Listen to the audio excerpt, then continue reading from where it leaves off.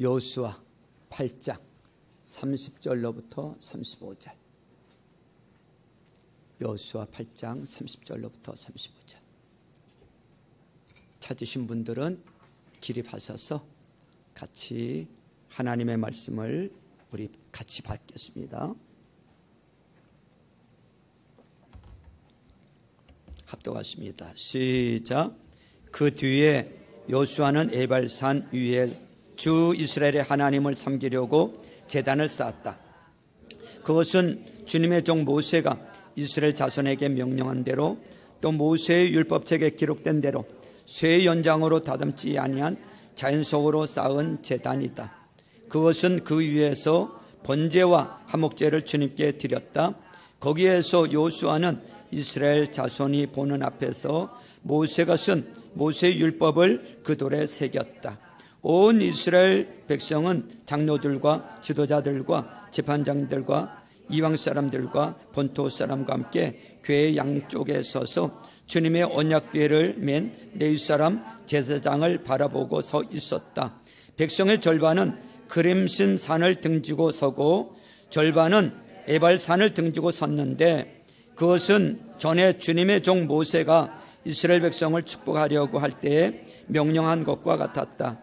그 뒤에 여호수아는 율법책에 기록된 축복과 저주의 말을 일일이 그대로 낭독하였다. 모세가 명령한 것 가운데서 이스라엘 온 회중과 여자들과 아이들 그리고 그들 가운데 같이 사는 이방 사람들 앞에서 여호수아가 낭독하지 않은 말씀은 하나도 없었다. 아멘. 서로 옆 사람 축복하면서 앉습니다. 하늘 복 많이 받으세요. 하늘 복 많이 받으세요. 우리 모두 행복해야 합니다. 여러분도 행복하시고 저도 행복해야 합니다. 옆 사람 축복해 주세요. 행복하세요. 행복하세요. 네, 네. 항민이 한번 봐줘야 하네요. 여호수아는 모세의 뒤를 이어서 이스라엘의 이 지도자가 되었습니다. 1장부터 이 8장까지 내용은 여호수아가 이제 이스라엘 백성들을 이끌고 요단강을 건너고 또 길갈에서 할례를 행하고 초롱성 같은 이 여리고를 점령하고 작은 아이성을 공격하였지만 실패하고 맙니다. 원인이 한 사람 아간의 죄 때문이에요. 여리고를 점령하고 모든 것은 하나님의 것이니 다 되리라고 했는데 아간의 탐심으로 이스라엘 전체가 패배하게 됩니다. 이 일로 아골 골짜기에서 아간과 그의 아들, 딸, 가축까지 처단해 버립니다. 그 우여곡절 끝에 여리고 성을 점령하여 가나안의 이 중부 지방을 점령하게 됩니다. 이제 전쟁이 가나안 전체로 불씨가 붙고 가나안에 있는 여러 부족이 이스라엘을 향해 창끝을 겨누고 언제 가나안에 있는 부족들이 연합군을 만들어서 쳐들어올지 모르는 이런 상황 가운데 있습니다. 여호수아의 계획은 이제 가나안의 이 중부 지방을 점령을 하고 그 다음에 남부 지방을 점령하고 그 다음 북부 지방을 점령할 계획을 가지고 있었습니다. 그런데 갑자기 여호수아는 이스라엘을 이끌고 아이성에서 북쪽으로 약 32km 떨어진 걸어서 한 이틀 가야 되는 이 32km 떨어진 에발산에 가서 이 제단을 쌓습니다. 오늘 보면 30절 말씀을 보세요. 30절 같이 읽습니다. 시작. 그 뒤에 여호수아는 에발산 위에 주 이스라엘의 하나님을 섬기려고 제단을 쌓았다 그랬습니다. 에발산에 제단을 쌓으러 간 거예요. 응? 아이성 전투에서 승리한 여호수아는 이스라엘 백성들을 이끌고 32km나 이 떨어진 곳 제단을 쌓으러 간다는 것은 사실 이해가 되지 않는 말씀이에요. 아이성 전투에서 전투를 하면서 이들은 지금 지쳐 있고 피곤할 대로 피곤해진 백성들에게 필요한 것은 다음 전쟁을 위한 휴식이지 재단 쌓는 게 아니에요, 사실. 지금 이스라엘에게 있어 가장 중요한 일은 가나안 이 땅을 정복 전쟁을 계속 수행하는 거예요. 여리고성, 아이성 공략에 성공하여 백성들은 승리감에 지금 도취해 있어요. 이 기세라면 가나안 정복 전쟁을 마무리 지을 수 있을 만큼 지금 그들은요 들떠 있단 말이죠. 사이가 충천해요. 시간을 끌면 안 돼요. 다른 곳에 에너지를 빼앗기면 안 돼요. 여호수아의 다음 공격할 지역이 북부지방이 아니에요. 제단 쌓으러 간 곳이 아니에요. 에발산으로 간다는 것은 헛걸음하는 거예요. 그들은 다시 남쪽으로 이동해서 남부지방을 공격한다는 것은 여러분 에너지를 다 쏟겠다는 것입니다. 사이가 떨어져요. 지도자로서의 신임을 잃게 됩니다. 뿐만 아니라 아직 가나안 정복이 끝나지 않은 상태에서 제사를 드리기 위해 에발산으로 행진한다는 것은 어떻게 보면 지극히 위험하고 어리석은 행동이에요. 여리고성, 아이성 패배 소식을 들은 남부와 북부의 성읍들이 위협을 느끼고 언제든지 연합군을 만들어서 이스라엘을 공격할지 모르는 상황에서 제단을 쌓기 위해 행진한다는 것은 어떻게 보면 무모한 짓이에요. 설사 모세율법에 그렇게 하라는 규정이 있더라도 전쟁이 끝나고 하면 안 되는 겁니까? 전쟁 끝나고 해도 되잖아요. 아니면 제단을 쌓으려면 그냥 아이성에서 가까운 길갈이나 아니면 남쪽에 내려가면 예루살렘이 있어요. 예루살렘에서 제단을 쌓는 게 낫지 않을까요?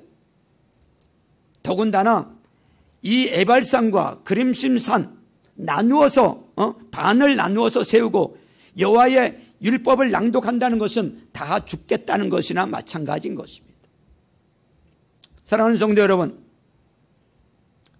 지난 한 주간 여러분들 월요일부터 토요일까지 직장에서 또 학교에서 가정에서 사역의 현장에서 얼마나 힘드셨습니까? 스트레스 받고 피곤하잖아요. 얼마나 더웠습니까? 올 여름. 그런데 왜 오늘 예배하러 오셨습니까? 쉬어야 되는데. 내일 출근하려면 잘 쉬어야 됩니다. 그래야 또 열심히 돈도 벌고 공부도 할 수 있잖아요. 여러분들은 이런 상황이라면 어떻게 하시겠습니까?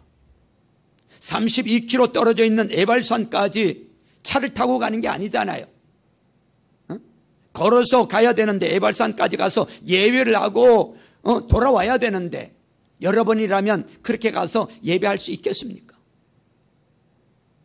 이런 상황 가운데 여호수아는 지금 이스라엘에게 있어 가장 중요한 일은 가나안 정복 전쟁을 계속 수행하는 것이 아니라고 생각하였던 것입니다. 가나안 족속들이 이스라엘을 공격할지 모르는 상황에서 제단을 쌓기 위해 예배하기 위해 에발산에 간 것은 여러분 여리고와 아이성 전투를 통하여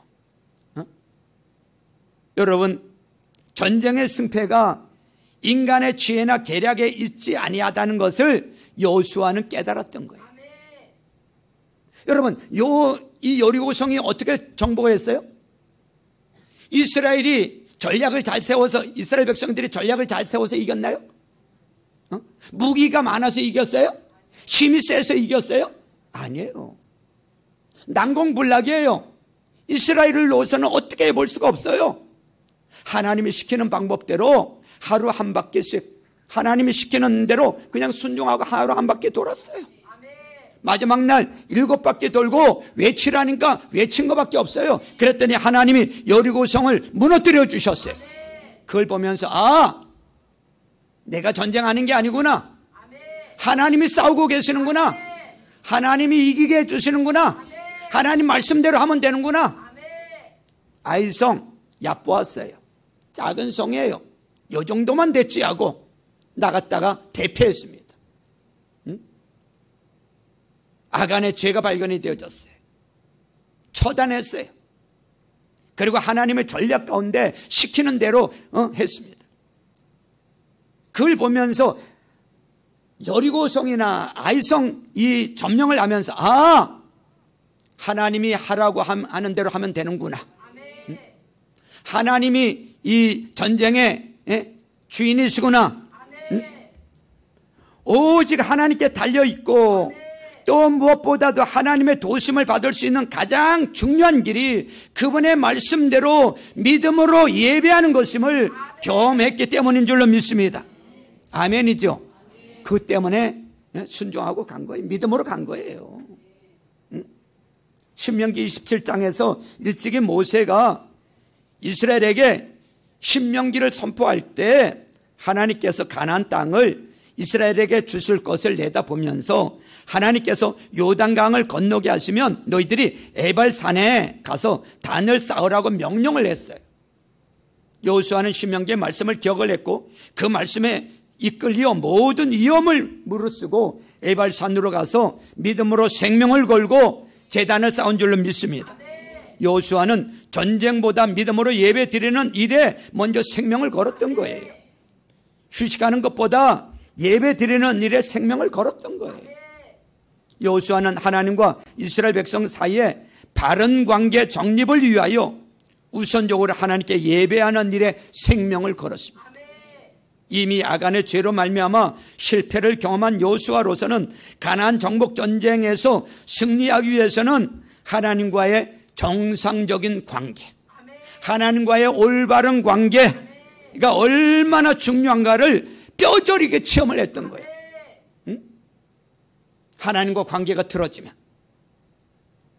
하나님과 관계가 어긋나면 아무것도 안 된다는 것을 뼈저리게 체험을 했던 거예요. 하나님이 도와주시지 않으면 인간적인 노력은 헛수고라는 것을 뼈저리게 알게 되었던 것입니다. 때문에 아이성 전투에서 승리하자 제일 먼저 그는 예배하는 일에 생명을 걸은 줄로 믿습니다. 하나님 이외에 그 어떤 신을 섬기지 않겠다는 결심이 들어간 제사이기도 합니다. 여호수아 그는 영적으로 지극히 지혜로운 자였으며 전쟁에서의 참된 승리의 비법을 잘 알고 있는 용장이었던 것입니다. 여러분, 믿음은 그 무엇보다 예배 드리는 일에 생명을 거는 일인 줄로 믿습니다. 따라서 해보세요. 믿음은 그 무엇보다 예배 드리는 일에 생명을 거는 것이다. 그렇습니다. 그게 믿음이에요. 그 무엇보다도 하나님 앞에 예배 드리는 일에 생명을 거는 것이 믿음인 줄로 믿습니다. 이스라엘 백성이 자신들의 생존권과 매우 밀접한 관계가 있는 전쟁을 중단하고 무엇보다도 먼저 하나님께 예배 드리는 일에 생명을 건 것은 그들 자신을 하나님께 산 제물로 바친다는 영적 의미를 지니고 있는 거예요. 내 힘으로는 안 된다. 내 노력으로는 안 된다. 그분이 도와주시지 않으면 안 된다. 먼저 하나님 앞에 예배 드리고 그분이 역사해 주셔야 된다. 생명 걸고 그 위험을 무릅쓰고 먼저 하나님 앞에 예배했다는 것은 하나님 앞에 산 제물로 자신들을 바쳤다는 영적 의미가 있는 거예요. 우리도 마찬가지예요. 여러분, 바쁜 일상을 중단하고 하나님께 예배 드리러 나온 것은 나 자신을 먼저 하나님께 오늘 산 제물로 바친다는 영적 의미가 있는 줄로 믿습니다. 하나님이 도와주시지 않으면 안 된다는, 하나님만 전적으로 의지하겠다는 믿음인 줄로 믿습니다. 우리는 오늘 하나님께 예배 드리러 여기 모였어요. 하나님께 예배 드릴 수 있다는 것은 인간이 받은 최대의 은혜이며 축복인 줄로 믿습니다. 그리고 우리 삶의 영광인 줄로 믿습니다. 우리 구경하러 온 거 아니에요. 어떤 분들은 그래요. 예배 보러 간대. 예배 보러 오셨어요? 구경하러 오셨어요? 아니요. 우린 예배 드리는 거예요. 다른 사람이 뭐 하든 신경 쓸 거 없어. 하나님과 나와의 1대1의 관계일 뿐만 아니라 하나님과 바로 우리 공동체, 우리 사랑의 동산교회 관계예요. 관계. 온전한 예배를 드리고 예배를 통해서 우리는 하나님 앞에 복을 받는 줄로 믿습니다. 그러므로 우리는 무엇보다 예배하는 일에 생명을 걸어야 돼요. 이게 믿음입니다. 응? 믿음이 없으면 예배하는 일에 생명 걸지 않아요. 사람들은 무엇인가 생명을 걸고 살아가요. 돈의 생명을 거는 사람, 자식의 생명을 거는 사람, 주식의 생명을 거는 사람, 술의 생명을 거는 사람, 권세와 명예의 생명을 거는 사람, 정욕의 땅의 것에 생명을 거는 사람들이 있습니다. 여러분들은 무엇에 생명을 걸었습니까? 여러분들은 무엇에 생명을 걸었어요? 믿음으로 예배 드리는 일에 생명을 거시기를 주님의 이름으로 축원합니다. 이숙녀 전도사님이라고 계세요. 자꾸 하신 지 오래되셨죠. 그분은 지금은 고인이 되신 이 광림교회 김선도 목사님, 금난교회 김홍도 목사님, 임마누엘교회 원로 김국도 목사님, 미국 LA 사우스베이 교회의 원로 김건도 목사님의 어머니세요. 그녀는 이 조선 말과 그 다음에 이 6.25를 겪으면서 보릿고개를 넘기면서 그 어려운 시절을 살면서 그분은 자녀를 어떻게 키웠는가 하면 그녀는 아침밥은 걸러도 예배 드리는 일에 생명을 걸도록 아이들에게 가르쳤다고 합니다. 프랑스의 나폴레옹 군대가 오스트리아의 어떤 도시를 점령하려고 하였습니다. 시민들은 놀라 두려움에 떨었고 지도자들도 당을 하고 항복하려고 하였어요. 그때가 마침 주일이었다고 합니다. 교회 지도자들은 모든 시민들을 향하여서 이렇게 말을 했습니다. 오늘은 주일이니 우선 하나님 앞에 예배를 드리고 그 뒤에 결정하자고 했습니다. 이 말을 모두 따르기로 하고 주일 예배를 드리려고 교회 종을 다 쳤습니다. 그런데 놀라운 기적이 일어났어요. 예배를 드리고 나니 프랑스 군대가 온데간데 없이 사라진 거예요. 프랑스 군대는 예배당 종소리에 놀라 모두 후퇴하고 말았던 것입니다. 사랑하는 성도 여러분, 이 이야기가 우리에게 주는 교훈이 무엇입니까? 나에게 주는 교훈이 뭡니까? 아무리 어려운 일이 닥치고 아무리 급박한 일이 닥쳤다 할지라도 최우선적으로 해야 할 일이 바로 믿음으로 예배 드리는 일에 생명을 걸어야 될 줄로 믿습니다. 아무리 절박한 일이 닥치고 절망적인 일이 닥쳤다 할지라도 최우선적으로 해야 할 일이 바로 예배라는 것입니다. 예배는 드려도 되고 안 드려도 되고 하는 게 아니에요. 예배는 아무나 드리는 게 아니에요. 예수 믿고 제사함 받아 구원받은 하나님의 백성만이 하나님 앞에 예배할 수 있는 거예요. 응? 여러분, 예배를 해치우기 식으로 예배하면 절대로 안 됩니다. 응? 그냥 주일이니까, 안식일을 지키라 그랬으니까 주일 안 지키면은 뭔가 찝찝하고 뭔가 사고 날 것 같고, 그래서 마지못해서 주일날 와서 이 자리에 앉아 있다가 구경꾼으로 있다 간다면 그런 예배 하나님 안 받으세요. 여러분, 예배를 해치우기 식으로 하지 마세요. 하나님은 우리 이 육체도 받으시지만 하나님이 원하시는 것은 마음이에요. 마음이 하나님 앞에 드려져야 될 줄로 믿습니다. 할렐루야. 할렐루야. 하나님께 드리는 예배는 모든 생활 중에서 가장 중요하며 삶의 절정이 되어야 합니다. 저는 가끔 교인들에게, 목사님, 제가 너무 바빠서 예배를 못 드린다는 거예요. 너무 바빠서, 할 일이 너무 많아서. 목사님, 기도해 주세요. 지금 너무 할 일이 많고 바빠서 기도해 주셔서 이 바쁜 거 끝나면 저 예배 잘 드릴게요. 그런 성도들요, 제대로 된 성도 한 사람도 못 봤습니다. 그 성도 기도해 주죠. 그런데요, 예배 생활이 안 되면, 성도에게 예배 생활이 안 되면요, 제가 아무리 기도해 줘도 예배 생활이 안 되면 그 성도 무너집니다. 예배 안 되면요, 신앙 무너져요. 중심이 벌써 다른 데 가요. 점점 신앙이 무너져서 교회도 떠나고 주님도 떠나는 것을 보게 됩니다. 여러분, 예배 드리는 이 일에 생명을 거셔야 돼요.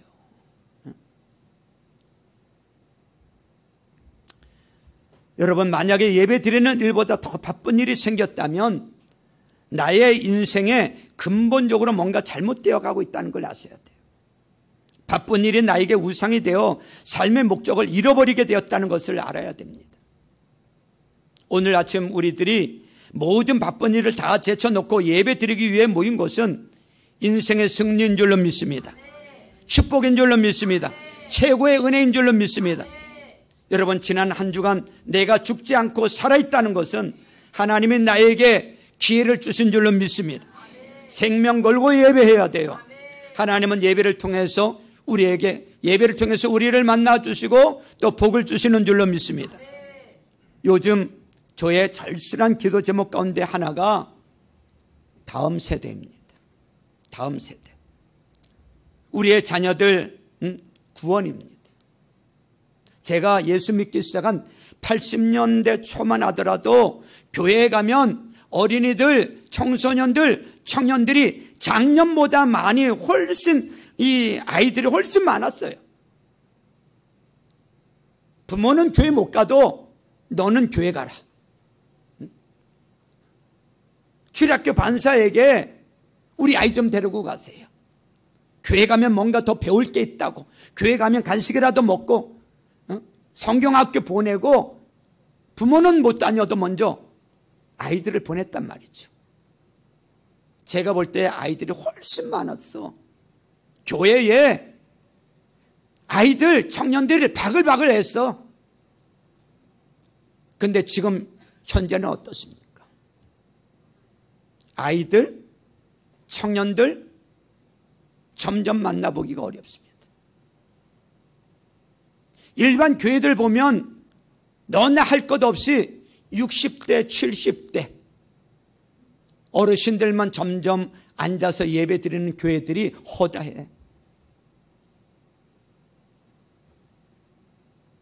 여러분, 제가 가정교회를 하는 이유 중에 하나도 뭔가 하면 여기에 써붙여 있는 것처럼 자녀교육을 책임지는 교회, 가정교회 가보니까 아이들이 많더라고요. 청소년들이 많더라고요. 청년들이 많더라고요. 멤버들이, 교회 성도들이, 젊은 사람들이 많더라고요. 남자들이 많더라고요.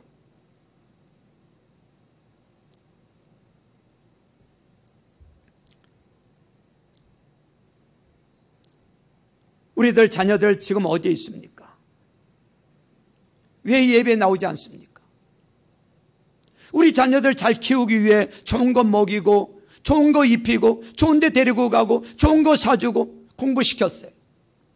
그런데 그 아이들이 하나님을 놓쳐버렸어요. 우리들 책임 아닙니까? 그 무엇보다 밥은 굶어도 공부 조금 못해도 하나님께 예배하는 일에 생명 걸도록 가르치지 못한 우리 책임 아닙니까? 지금이라도 우리의 자녀들을 살려야 될 줄로 믿습니다. 살려야 됩니다.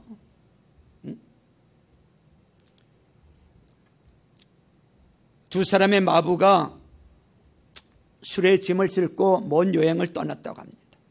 한 사람은 주일이 되자 말과 같이 하루를 쉬면서 예배를 드렸어요.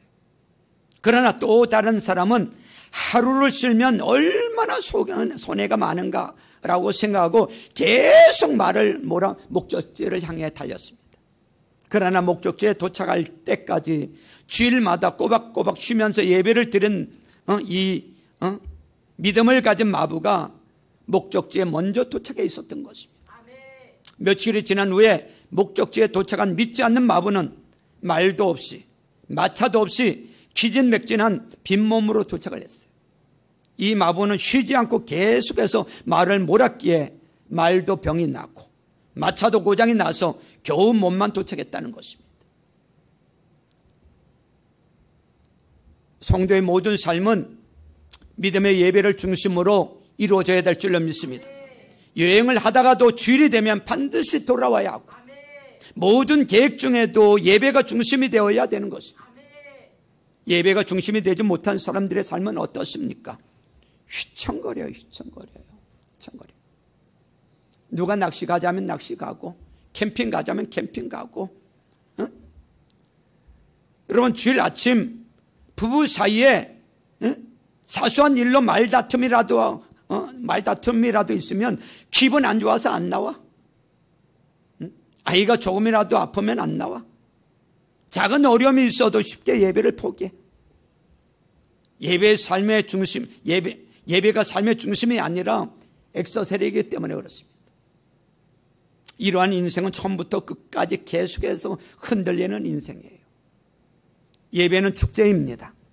예배 한번 잘 드리고 나면 내 영혼 가운데 있던 어둠의 그림자, 패배감이 사라지고 승리감이 충만하며 내 속에 있는 죽음의 세력이 다 사라져버리고 생명이 충만하게 부어지는 줄로 믿으시길 주님의 이름으로 축원합니다. 한 번 예배가 내 인생을 바꿀 수도 있어요. 여러분, 오늘 어떤 마음으로 나오셨습니까? 어떤 심정으로 예배 오셨습니까? 사모하는 마음은 있으셨습니까? 기대감은 있으셨습니까? 예수님도 믿음으로 하나님 아버지께 예배 드리는 일에 생명을 걸었던 분이세요. 요한복음 4장 23절로부터 24절에 보면 이렇게 말씀하고 계세요. 아버지께 참되게 예배하는 자들은 영과 진리로 예배할 때가 오나니 곧 이때라. 아버지께서는 자기에게 이렇게 예배하는 자들을 뭐 하신다고요? 찾으시느니라.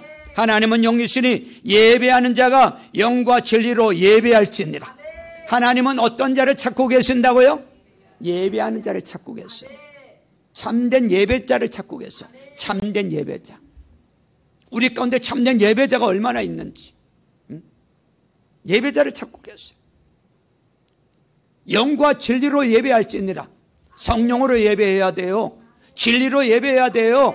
몸만 예배하는 게 아니고 무엇을 영과 진리가 뭘 의미하는가 하면 결국은 마음을 의미하는 거예요. 마음을 드려야 된다는 거예요. 할렐루야. 믿음은 그 무엇보다 예배 드리는 일에 생명을 거는 것인 줄로 믿습니다. 아무리 급한 일이 있어도 예배 드리는 일에 생명을 걸어야 돼요. 아무리 어렵고 힘든 일이 있어도 예배 드리는 일에 생명을 걸어야 돼요. 아무리 낙심이 되고 실망스러운 일이 있을지라도 예배 드리는 일에 생명을 거시길 주님의 이름으로 축원합니다. 이제 여러분, 온라인 예배도요, 유튜브 방송하긴 하지만요, 유튜브 방송 이제 끝내셔야 됩니다. 특별하게 여러분, 코로나가 걸렸다든지 특별한 몸이 아파서 도저히 나오기 어려운 분들은 유튜브 예배라도 해야 되겠죠. 그러나 그 외의 분들은 더 이상 유튜브 예배하시면 안 돼요. 현장에 나오셔야 됩니다. 어떤 일이 있더라도 주일 예배를 드리는 일에 생명을 거시길 주님의 이름으로 축원합니다. 그게 믿음이잖아요. 아멘. 사랑하는 성도 여러분, 하나님이 에발산으로 이스라엘을 부르신 것은 그들을 축복하기 위해서 부르셨던 거예요. 하나님은 여호수아에게 에발산에서 제단을 쌓으라고 하셨어요. 하나님께서 하나님의 종 모세를 통해 에발산에 제단을 쌓으라고 명령하신 이유는 적과 꿀이 흐르는 가나안의 축복은 그 땅에 들어섰다고 자동적으로 받을 수 있는 것이 아니며 오직 하나님의 말씀에 이끌리는 삶을 살 때에만 가능한 것임을 알게 하시기 위함이었던 것입니다. 오직 하나님의 말씀에 이끌려 살 때만, 하나님의 말씀을 그 땅의 법으로 삼을 때에만 이스라엘은 적과 꿀이 흐르는 가나안의 축복을 자자손손 대대에 누리며 살 수 있게 되는 줄로 믿습니다. 오늘도 하나님은 하나님 말씀에 이끌려 사는 사람들을 찾으시고 귀히 여기시고 복을 주시는 줄로 믿습니다. 말씀 위에 여러분을 이끌었던 모든 것을 믿음으로 끊어버려야 될 줄로 믿습니다. 말씀에 이끌리는 삶이 아니라 여러분들을 이끌고 있는 말씀이 아니라 다른 것이라면 끊어버려야 돼요. 그것이 무엇이 됐든지 간에 끊어버려야 돼요. 여러분, 말씀에 이끌려서 오셨습니까? 혹시 사람에 이끌려서 오셨습니까? 친구에 이끌려서 왔습니까? 목사님 얼굴 보러 오셨습니까? 끊으셔야 돼. 끊으셔야 돼. 말씀에 이끌려서 예배해야 될 줄로 믿습니다. 하나님은 전쟁보다 믿음으로 제사를 드리는 일에 생명을 건 여호수아와 이스라엘 백성에게 축복하셨습니다. 오직 믿음으로 예배 드리는 일에 생명을 걸 때에 이스라엘은 젖과 꿀이 흐르는 가나안의 축복을 다 점령하고 차지하고 자자손손 누리며 살 수 있게 된 줄로 믿습니다. 오늘도 하나님은 우리를 부르셨어요. 사랑의 동산교회로 부르셨어요. 하나님은 오늘 모두를 축복하고 우리의 지경을 넓히기 위해 부르신 것입니다. 그 무엇보다 예배 드리는 일에 생명을 건 여러분에게 우리 하나님은 축복하시는 분이신 줄로 믿습니다. 하나님께서 인간에게 복을 주시기 위해서 특별히 구별한 거룩한 날이 바로 주일이란 말이죠. 주일 예배를 절대로 소홀히 여기지 마시길 바랍니다. 주일 예배는 하나님이 나타나 복 주시는 날이야. 따라서 해보세요. 주일 예배는 하나님이 나타나 복 주시는 날이다. 자, 옆 사람에게 말해주세요.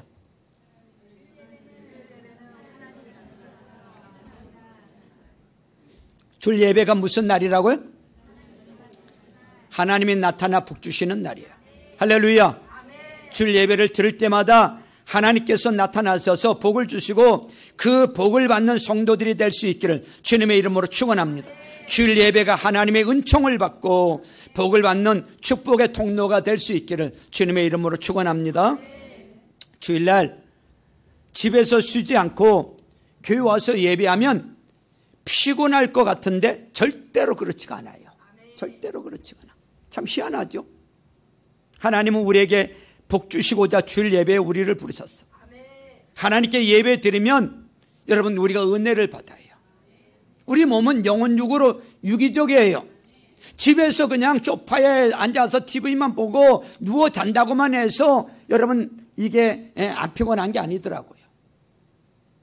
여러분 영혼육 유기적이야.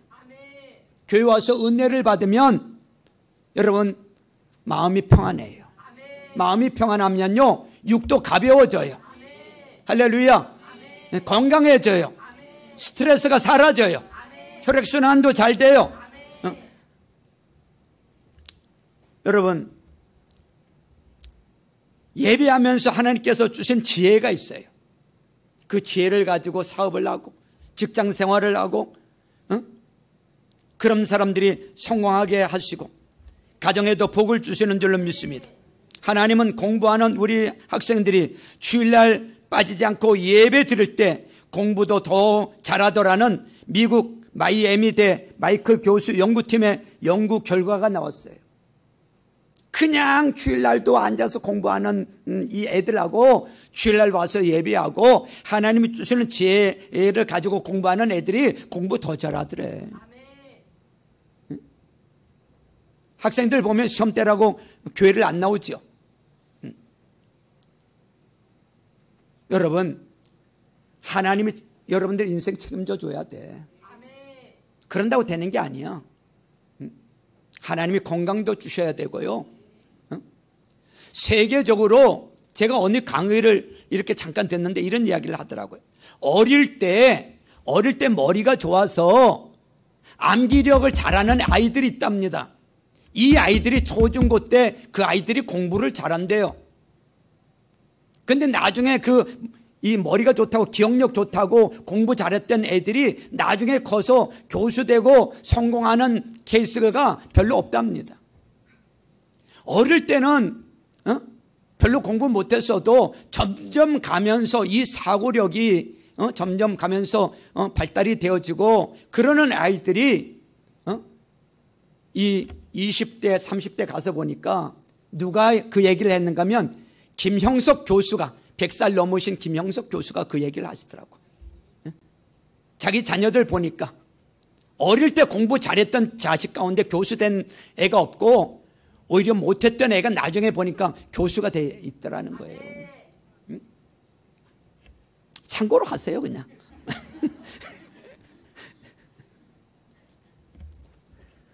정리합니다. 여호수아와 이스라엘 백성들이 전쟁보다 하나님께 예배 드리는 일에 생명을 걸었을 때 하나님은 복을 주시는 줄로 믿습니다. 에발산에서 하나님 앞에 제단을 쌓고 번제와 화목제를 드리는 동안 하나님은 가나안 왕들과 백성들에게 두려움을 주셔서 이스라엘을 침략하지 못하도록 보호해 주신 줄로 믿습니다. 하나님께서 에발산에서 제단을 쌓고 하나님의 말씀을 선포하여 그 땅이 하나님의 것이며 하나님의 백성들의 것임을 만천하에 드러내겠습니다. 또한 전쟁마다 하나님이 개입하셔서 승리케 해주시고 가나안 땅을 정복하게 해주신 줄로 믿습니다. 예배를 잘 드려 복을 받은 사람들이 참 많이 있습니다. 여러분, 미국의 석유 왕으로서 알려진 록펠러라는 사람 아시죠? 여러분, 록펠러는 33살 때 백만장자가 되었으며 10년 후에는 세계에서 가장 큰 회사를 소유하게 되었고 53살의 때에는 세계 최고의 부자가 되었는데 그 당시에는 억만장자가 록펠러 혼자였으며 일주일 수입이 100만 달러나 되었다고 합니다. 록펠러가 세계 최고의 부자가 된 것은 어릴 때부터 유대인의 어머니의 말씀을 잘 들었기 때문인 것입니다. 에이, 목사님, 그거는 과거 이야기 아닙니까? 그때 시절 아닙니까? 아니에요. 하나님은 그때도 역사하셨고 지금도 역사하시고 미래에도 동일하게 적용이 되는 줄로 믿습니다. 어머니의 10가지 교훈 중에 3가지를 소개하면요, 첫 번째는 하나님을 친아버지 이상으로 섬겨라. 그리고 목사님을 하나님 다음으로 섬겨라. 두 번째로 오른쪽 주머니는 항상 11조 주머니로 하라. 여러분, 우리 자녀들에게도 이 가르쳐야 될 줄로 믿습니다. 우리 자녀들 11조 생활 제대로 하고 있는지, 용돈 받아서 아르바이트해서 제대로 하고 있는지 여러분 점검하셔야 돼요. 세 번째는 주일 예배는 본교회에서 드려라. 그리고 예배 시간에 항상 앞에 앉아라. 어머니의 말씀대로 믿음으로 예배를 잘 드린 록펠러는 하나님의 큰 복을 받아 세계 최고의 부자가 된 줄로 믿습니다. 이숙녀 전도사님, 아침은 굶겨도 예배 드리는 일을 생명 걸도록 자녀들에게 가르쳤다고 합니다. 먹을 것이 없던 시절에요, 밥은 굶어도 예배는 드려라. 예배 안 드리면 밥을 안 줬다고 합니다. 여러분, 하나님께서 믿음의 어머니가 있었던 이 가정을 넘치게 축복하셨어요. 가정의 핍박자요, 아이들의 이 핍박자였던 남편이 회심하여 그 남편이 이 목회의 길을 들어선 것으로부터 시작해서 모든 자녀들이 목사가 되어 큰 목회의 능력을 펼쳤고, 할아버지로부터 시작해서 수십 명의 그 가정의 목회자가 배출이 되었고, 그 집안에서 나온 목회자로 인해 하나님의 말씀을 듣고 영향을 받는 성도들의 수가 오래전에 들은 이야기로 20만 명이 넘는다는 이야기를 들은 적이 있습니다. 한 사람의 여러분 그 믿음이 그 가문을 그렇게 만든 줄로 믿습니다. 여러분, 우리 어르신들, 오늘 일부 때 김성호, 민순옥 권사님이 예배 드리고 갔었어요. 그분들은요, 북한에서 내려오신 분들이세요. 6.25 때. 공산당은 안 된다. 공산당 안에서는 예배를 드릴 수가 없다. 공산당 안에서는 예수를 믿을 수 없고 예배를 할 수 없어서 그들이 신앙의 자유를 얻고 하나님 앞에 예배하고자 그분들은 38선을 넘어서 오셨던 분이에요. 곧 돌아갈 거라고 생각했는데 못 돌아가고 계세요. 북한에 땅이 많으시답니다. 통일이 되어져서 그 땅에 자식들 데려가서 이 땅이 내 땅이라고 해야 되는데 언젠가 통일되기를 바라면서 지금도 그러고 계시는 거예요. 여러분, 그분이 뭐라고 하시는 줄 아세요? 전쟁통에도 우리는 예배 드렸어. 전쟁통에도 예배 드렸다는 거예요. 전쟁 중에도. 우리는 3년 동안 코로나 보내면서 이 바이러스 때문에 예배가 중단이 되어지고 교회도 못 오고 예배 생활을 제대로 못하는 바람에 많은 사람이 주저앉아 버렸어요. 주저앉아 버렸어요. 다시금 예배 드려도 된다고 현장에 와서 같이 예배하자고 3년 동안 예배 안 하고 나오려니까 못 나오는 거예요. 주저앉아 버렸어요. 이거 어떻게 할 겁니까? 우리 기도하면서 살려야 되지 않습니까? 예배 회복해야 될 줄로 믿습니다. 부모된 내가 먼저 회복하고 우리 자녀들 회복하고 우리 이웃들 회복하도록 이 예배 회복하는 이 일에 힘써 주시길 주님의 이름으로 축원합니다. 사랑하는 성도 여러분, 하나님께 예배 잘 드리고 복을 받으시길 주님의 이름으로 축원합니다. 예배 드리는 이 일에 우리 모두 생명 걸 수 있기를 주님의 이름으로 축원합니다. 예배 드리면서 영혼이 잘 되고 범사가 잘 되고 강건된 은혜가 넘쳐나는 은혜가 날마다 있기를 주님의 이름으로 축원합니다. 우리 이 시간에 찬양